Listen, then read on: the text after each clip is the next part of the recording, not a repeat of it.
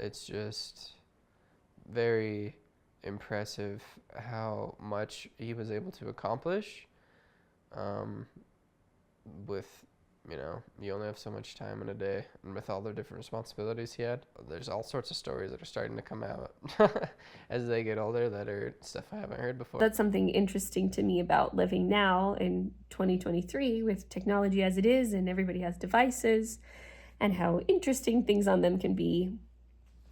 But Dad, when he was with us, he was fully present. He, we had his full attention, and I really appreciated that. So he would not only take us to the pool, but he would swim with us in the pool and come up with fun games. And because it was the Richards Building pool, it was a college pool. It didn't really have like a waiting area, so for years I couldn't even touch. And so I was really dependent on him to be able to swim, and before I was a proficient swimmer.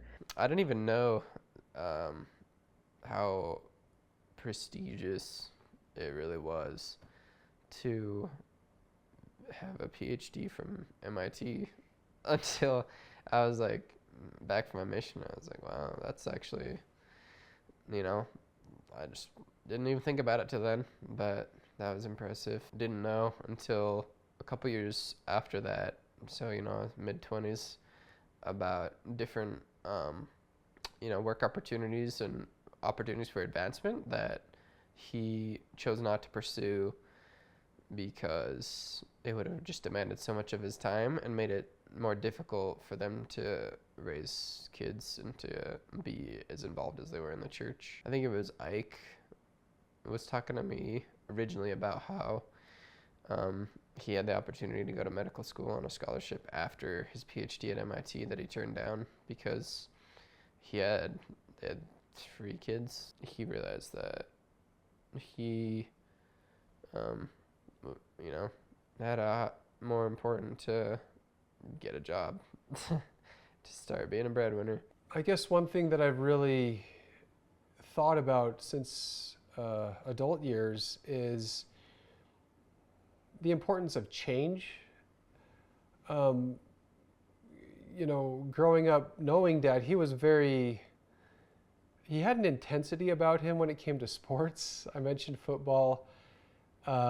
And also when he would go to our games as our coach or just watching, he had an increased perspective as he has continued to age, where he kind of recognizes, winning's good, success is good, but it's not everything, and we can be calm about stuff. We don't have to lose our heads. And I would say that's one aspect of progress I've seen in that I appreciate.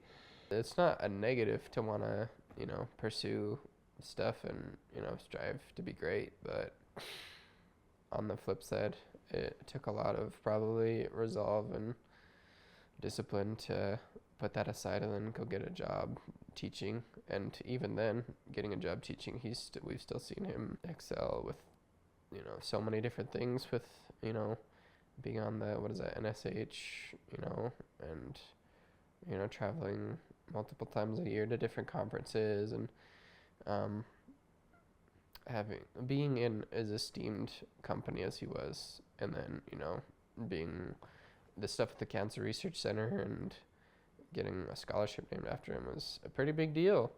Even though he made the decision he did based on the responsibilities he felt he had to fulfill, he still excelled in what he did choose to do. It's nice to see that you can still be a regular person and still accomplish fantastic things and very difficult things if you put in the effort and if you put in the sacrifice. And Dad was always has been and continues to be an example of that for me.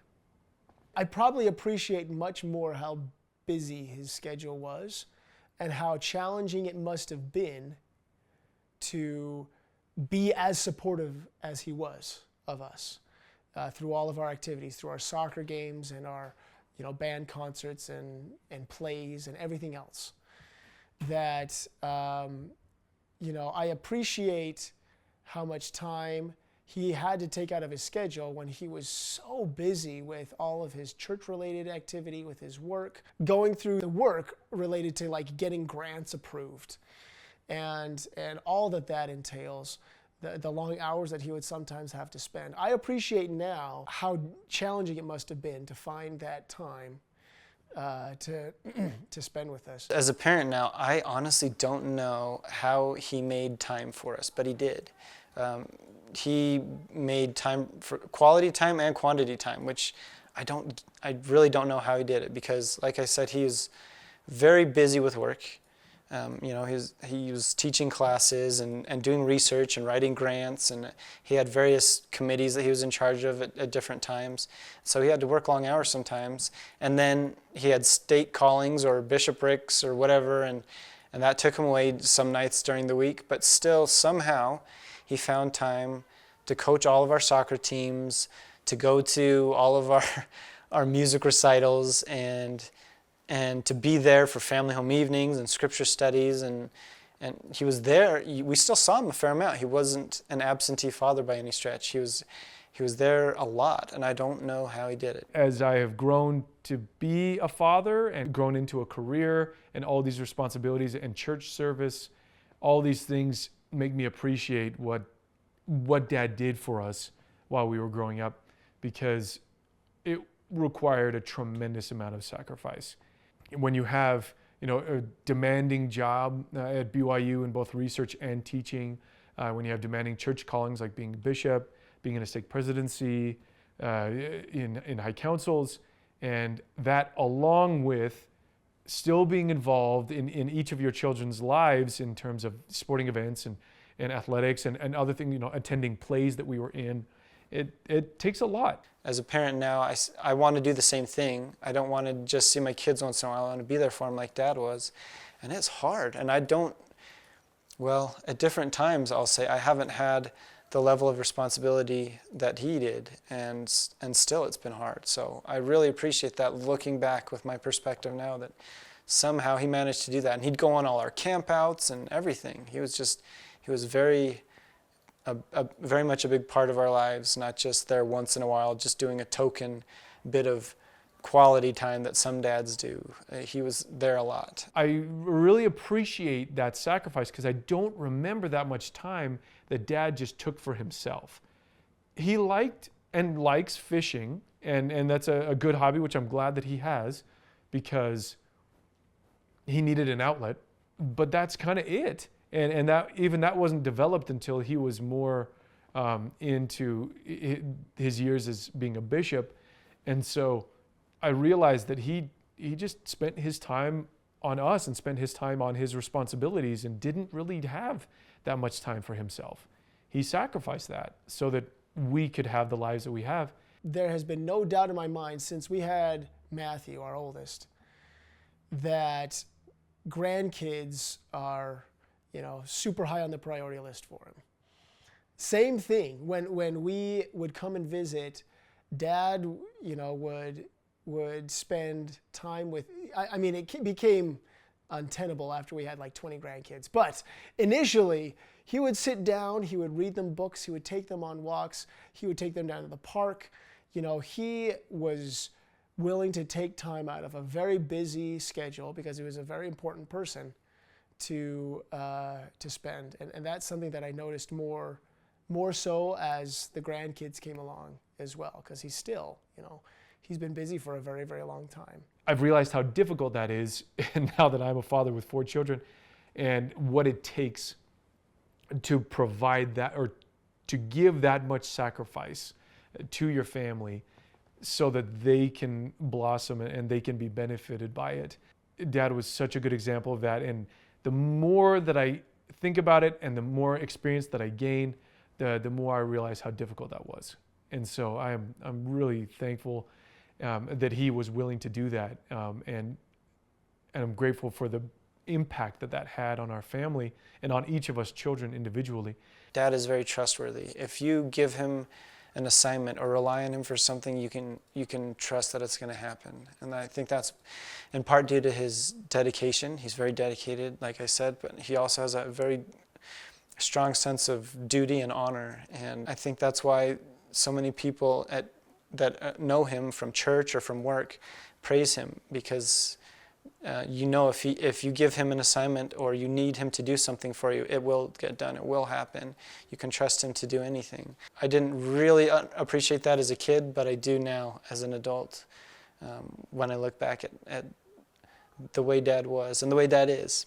I have a memory of, this was also at soccer practices, but it kind of makes me laugh now. Dad would like to wear this forest green shirt and these purple sweatpants, and they weren't even like the same, tone or anything. They were just different. Yeah, but he would wear it all the time, this outfit, to soccer practices. And I remember as an 11-year-old being embarrassed, like, what is Dad wearing? But again, perspective now as an adult, I kind of love that. I think it actually, more than I had realized, planted this deep seed inside of me of like what matters in life and what doesn't. And so partly, I think that's why spending a ton of money on clothes is so abhorrent to me. I don't want to do it because I just feel like it's unnecessary. That's not what counts in life. And partly, I really appreciate that him, keeping up with the latest styles was not what mattered most. Another aspect of progress and change that I saw, it was a little thing one day in adult years. I don't remember where he was driving me. We were going somewhere, and he just kind of, as an aside, said, yeah, I feel like I can't really pray to be kept safe on the road and elsewhere if I'm going to choose to speed. So I've tried to modify my habits. And I thought, that is really good that he, first of all, recognizes there's, this perpetual need for improvement. We never really get out of that in this life. And that he's humble enough to recognize this is something I need to do better at.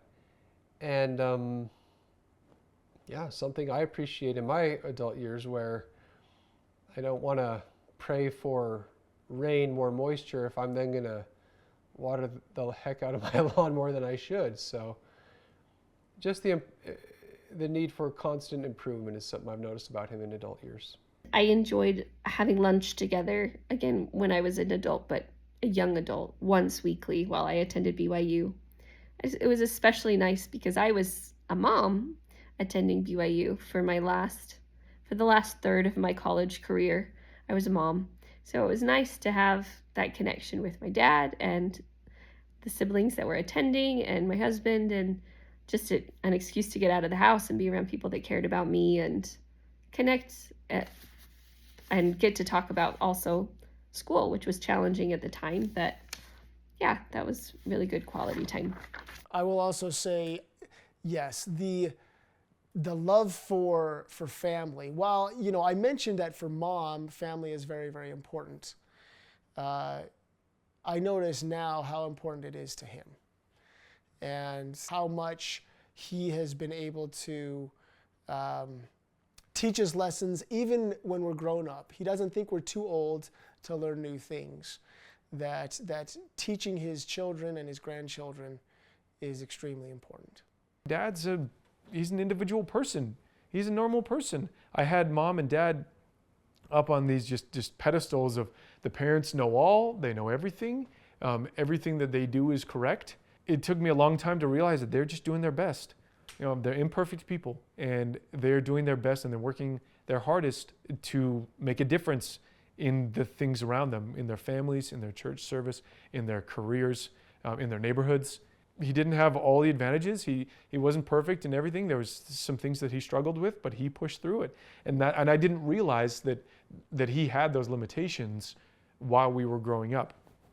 I didn't realize there was anything that was challenging for him or that would make him uncomfortable or things that he struggled with. Now I'm able to get to know him as a personality and as a person, and mesh that with him being my dad. It's been very enjoyable to combine them and to bond with him, as a person. I've discovered he's funnier than I realized as a kid.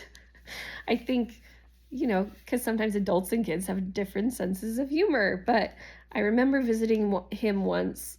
I'm not even sure if this will translate super well, but I remember visiting him once as a student at BYU and him saying something like, if I felt a heart attack coming on, I think I'd throw myself on a pencil. And he did this like, when I started laughing, he did this like, you know, acting it out for me just in the moment. But it was so funny. It's unexpected. And that's one of my favorite types of comedy and humor, is just out of the blue. Wait, what did you just say? And it's just clever little, I don't know, or silly little things that he comes up with.